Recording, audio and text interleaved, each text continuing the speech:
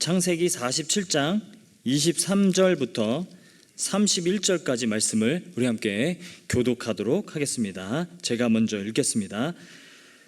요셉이 백성에게 이르되 오늘 내가 바로를 위하여 너희 몸과 너희 토지를 샀노라. 여기 종자가 있으니 너희는 그 땅에 뿌리라.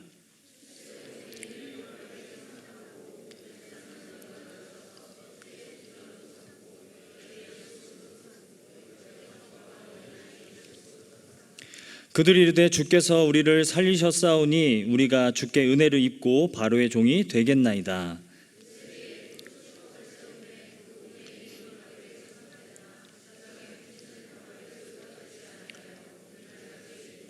이스라엘 족속이 애굽 고센 땅에 거주하며 거기서 생업을 얻어 생육하고 번성하였더라.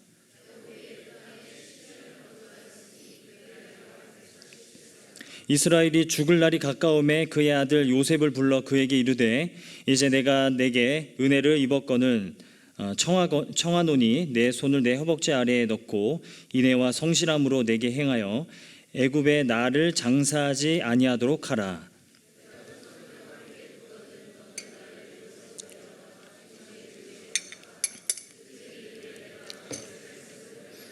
함께 읽겠습니다. 야곱이 또 이르되 내게 맹세하라 하매 그가 맹세하니 이스라엘이 심상 머리에서 하나님께 경배하니라.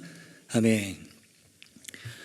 우리가 계속해서 창세기 말씀을 함께 나누고 있습니다. 올해만 계속해서 창세기만 계속해서 저는 설교에 오고 있는데요. 드디어 이제 창세기 47장에 이르렀습니다. 창세기를 계속해서 읽어가다 보면 이것이 하나님께서 하나님의 백성들을 통해서 하나님의 일을 이루시는 사건들을 나열하고 있는 책이기도 하고요. 그리고 하나님께서 어떻게 그 땅 가운데 죄로 인하여 일그러진 그 땅 가운데 하나님 나라를 세우고 또 하나님의 영광을 높이는 그런 나라를 세우시는지를 보여주는 것이 이 창세기의 내용이라는 것을 알 수가 있습니다. 여러분 요즘 개봉되는 영화들을 보게 되면요, 이 기생충부터 해서 조커에 이르기까지 모든 영화들을 제가 다 본 건 아닌데 이 영화들, 최근에 개봉되고 있는 영화들을 보면 한 가지 공통점이 하나 있는데 이 사회의 부조리한 그 현실을 지적하고 있다는 내용이 두드러집니다. 겉으로는 과거에 비해서 많이 발전되어진 것처럼 보이지만 속은 여전히 차별과 억압으로 얼룩져 있는 우리의 인생의 삶의 사회의 민낯을 다 드러내는 것이 요즘 두드러지고 있는 영화의 특징 중에 하나이지 않을까라는 생각을 하게 된다라는 거죠. 그런 영화들을 보면요, 어떤 생각을 하게 되냐면 우리에게 주는 질문이 있다라는 거죠. 그 영화가 우리들에게 던져주는 질문은 무엇이냐면 왜 세상은 여전히 변하지 않을까에 대한 것입니다. 왜 세상은 아직까지 변하지 않는 것일까? 같은 문제들이 왜 계속해서 반복되는 것일까에 대한 질문을 우리들에게 던지고 있다는 것이고요. 두 번째는 지금 우리의 관심은 어디에 있는가라고 저는 생각합니다. 우리는 무엇을 향해 살아가고 있고 무엇을 바라보며 살아가고 있고 우리의 관심사는 어디에 있는가? 우리 주변에 아무리 힘들고 어렵고 그리고 기구한 삶을 살아가는 사람들이 있다 할지언정 우리의 관심은 도대체 어디에 있는가? 이 질문을 영화들에서 하고 있다라고 생각을 합니다. 여러분 20세기를 포스트 모더니즘 시대라고 우리는 알고 있습니다. 그런데 21세기를 가리켜서 이제는 트랜스 모더니즘 시대라고 그렇게 부릅니다. 여러분 포스트 모더니즘은 절대적인 진리가 없다라고 사람들이 믿는 시대라고 그렇게 정의를 한다면요, 이 트랜스 모더니즘은 어떤 의미를 갖냐면 절대적인 자기 중심의 시대입니다. 사람들은 이제 내가 곧 진리다 라고 생각을 하며 살아가게 된다라는 거죠. 내가 진리고 내가 옳게 여기는 것이 진리고 내가 관심을 갖고 있는 것이 진리다 라고 살아가는 시대, 이것이 21세기를 가리키는 트랜스 모더니즘이라는 말에 담겨져 있는 의미라는 거죠. 여러분 세상이 왜 이렇게 변하지 않을까요?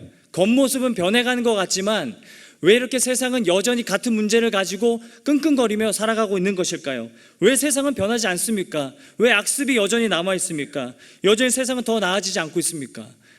여러분 왜냐하면 사람이 변하지 않고 있기 때문입니다.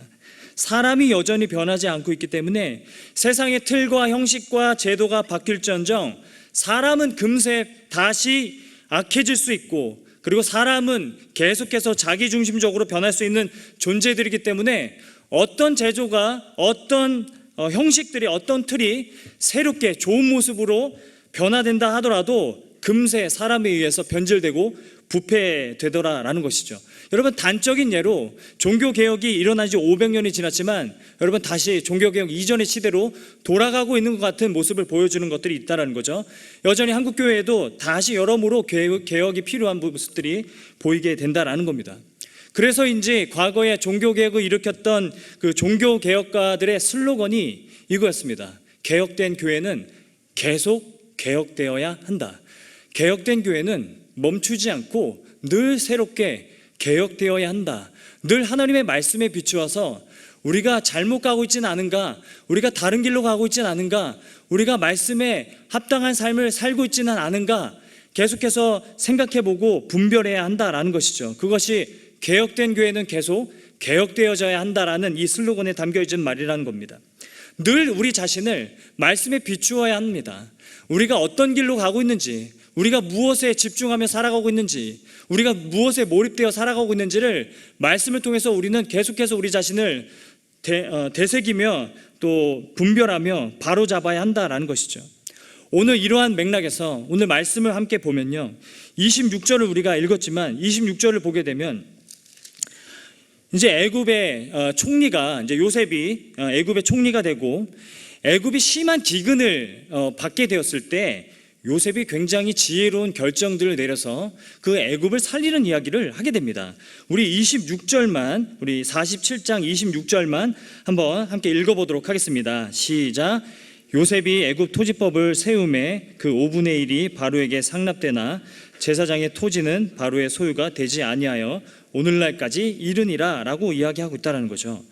자신의 가족과 애굽을 다 살린 거죠. 요셉의 결정으로 인해서 자신의 가족도, 이스라엘 민족도 살리고 애굽인들도 다 살린다라는 겁니다. 합리적인 토지 제도를 이제 개혁해내고 만들어낸다라는 거죠. 여러분, 그냥 간단하게 요약해서 추리면 수확량의 20%를 국가에 내면 언제든지 땅을 빌려서 농사를 지을 수 있도록 토지법을 마련했다라는 거예요. 여러분, 조선시대에도 이러한 소작 제도가 있지 않았습니까? 그래서 여러분, 경작 반수제 해서 지주에게 50%를 주고 내가 수학의 50%를 가져가는 이러한 소작 제도들이 조선시대에도 있었습니다. 이런 것과 비슷한 제도가 아닐까라는 생각을 하게 돼요. 그런데 여러분, 조선시대만 봐도 이 제도가 아무리 좋았어도 처음에는 80%의 수확을 농사지은 사람이 가져가고 지주에게는 20%만 가져가는 그 소작 제도가 점점 변질되면서 이 50대 50 경작 반수제가 되고 더 시간이 지나면서 어떻게 됩니까?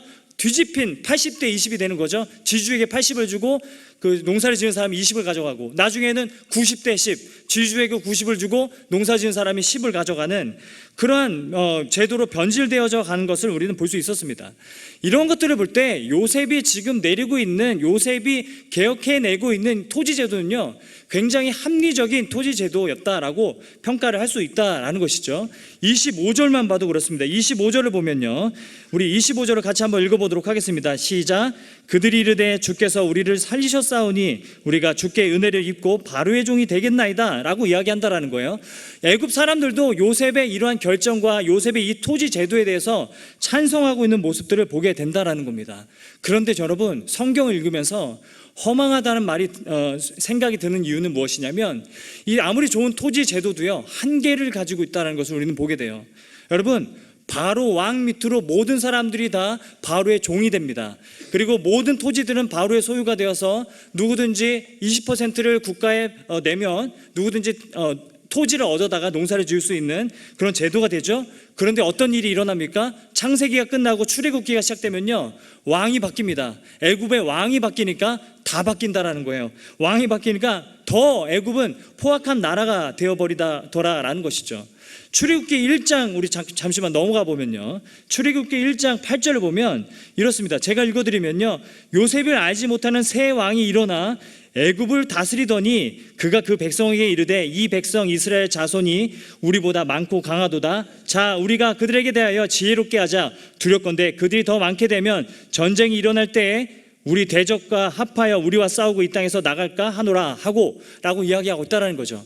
아무리 좋은 토지 제도가 있어도요, 사람이 바뀌면 다시 제도마저도 변질되어져 간다라는 겁니다. 아무리 좋은 형식과 틀을 갖추고 있어도 사람이 다시 악해지면은, 사람이 바뀌면은 그 어떤 좋은 제도와 형식과 틀도 악하게 되더라라는 것을 볼 수 있다라는 것이죠. 이걸 통해서 우리가 알 수 있는 것은 무엇이냐면, 하나님 나라의 성취는 제도가 바뀌는 곳에 있지 않았습니다. 하나님 나라의 성취는 사람의 마음의 변화가 일어나는 것이 하나님 나라의 성취였다라는 것이죠. 로마서 12장 2절 말씀만 봐도 너희는 이 시대를 본받지 말고 오직 마음을 새롭게 함으로 변화를 받아 하나님의 선하시고 온전하시고 기뻐하신 뜻이 무엇인지를 분별하도록 하라. 여러분, 이 시대를 우리가 변혁시키기 위해서는 먼저 필요한 것이 우리의 마음을 변혁시키는 것이 필요하다고 이야기하고 있다는 거예요. 어떤 시대의 변혁을 위해서는 우리의 마음의 변혁이 필요하다고 이야기하는 겁니다. 여러분, 사회 시스템이나 사회 제도를 늘 좋게 바꾸는 것은 당연한 일입니다. 하지만 사람이 바뀌지 않는다면 아무리 좋은 제도가 지속되기 어렵다는 말씀을 드리고 있는 거예요. 성경이 말해주는 것은 복음으로 사람을 변화시키는 것, 그것이 우리가 세상을 변화시키는 원동력이 된다라고 말씀하고 있다는 것이죠.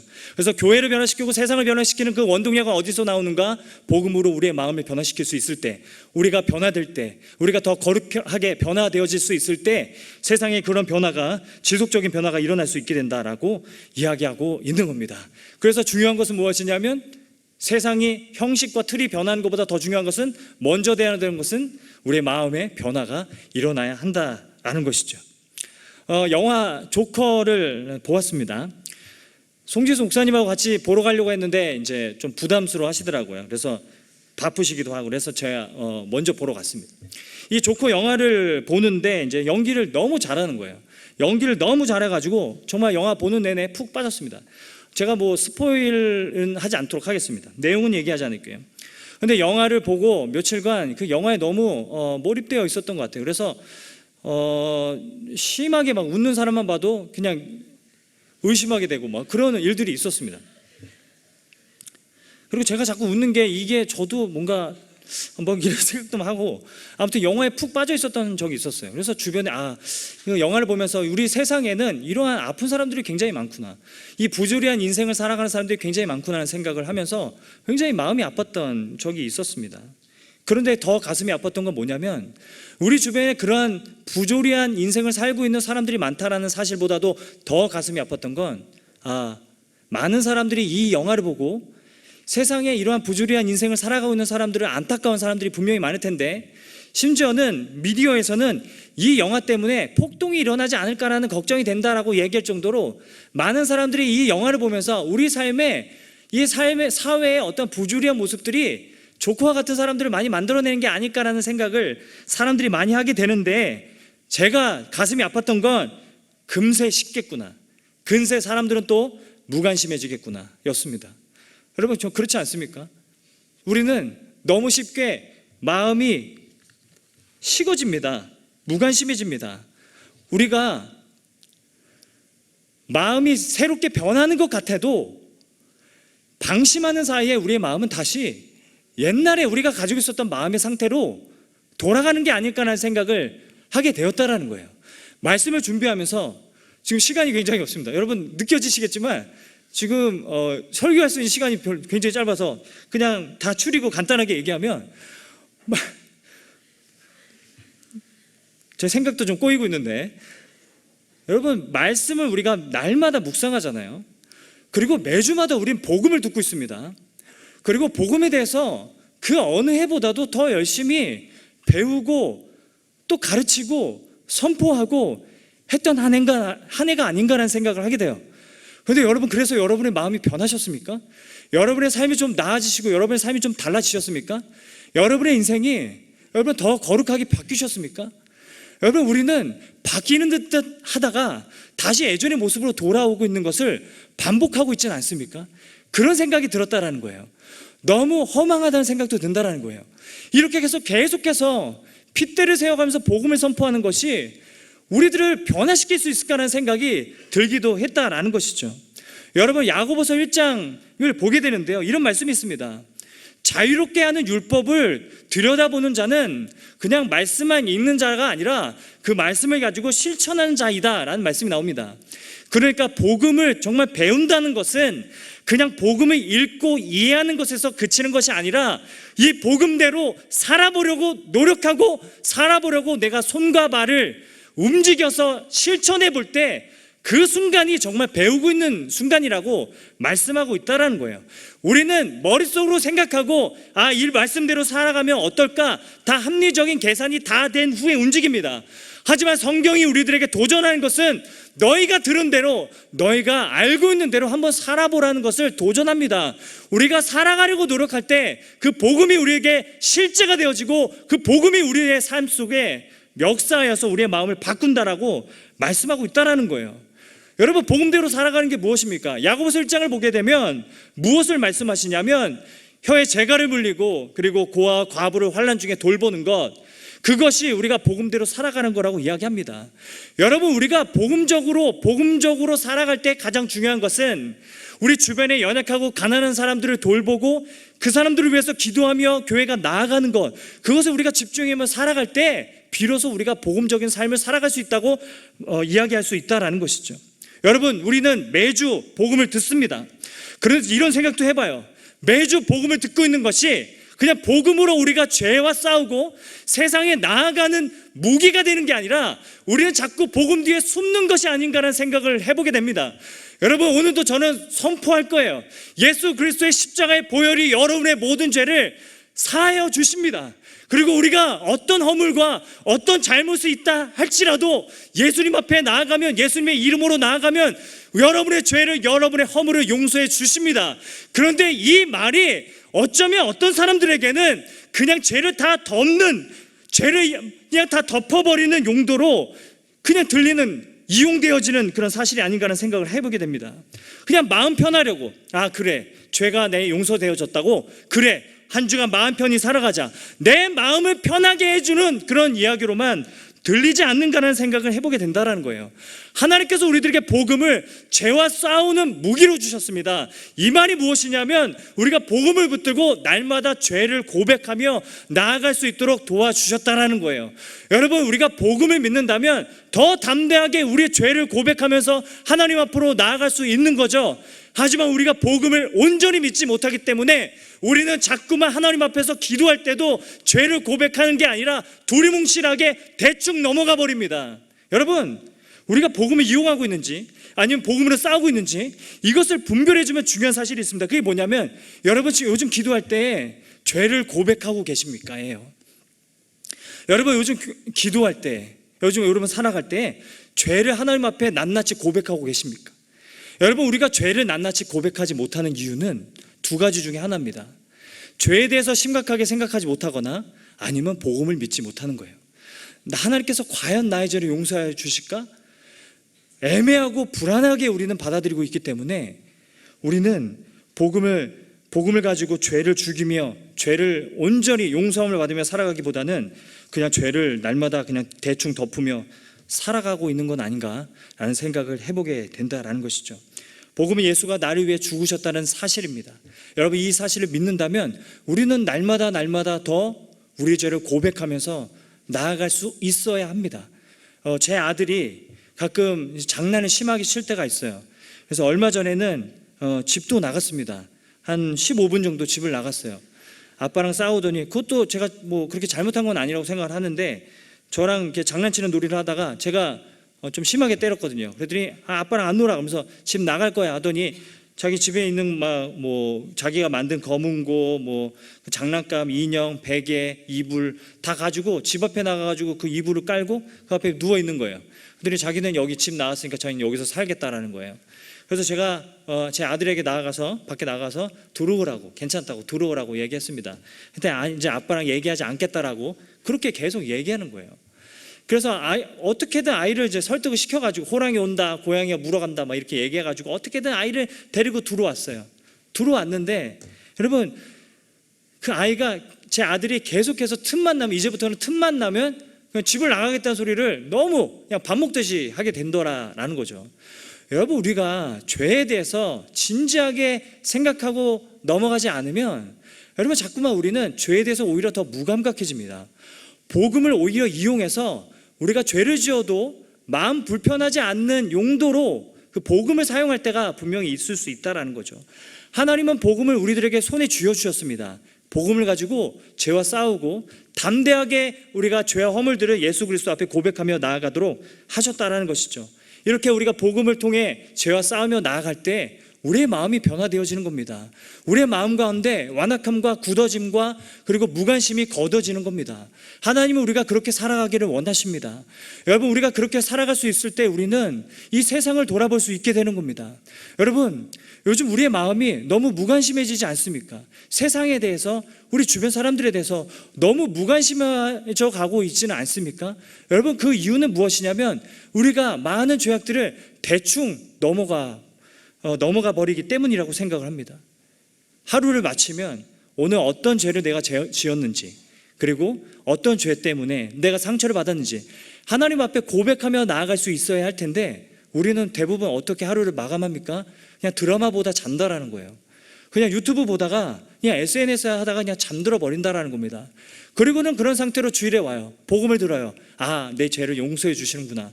그리고 그냥 우리는 대충 넘어가기 때문에 우리 안에 죄가 쌓이고 덮이고 덮여 있는지도 모르겠다라는 것이죠.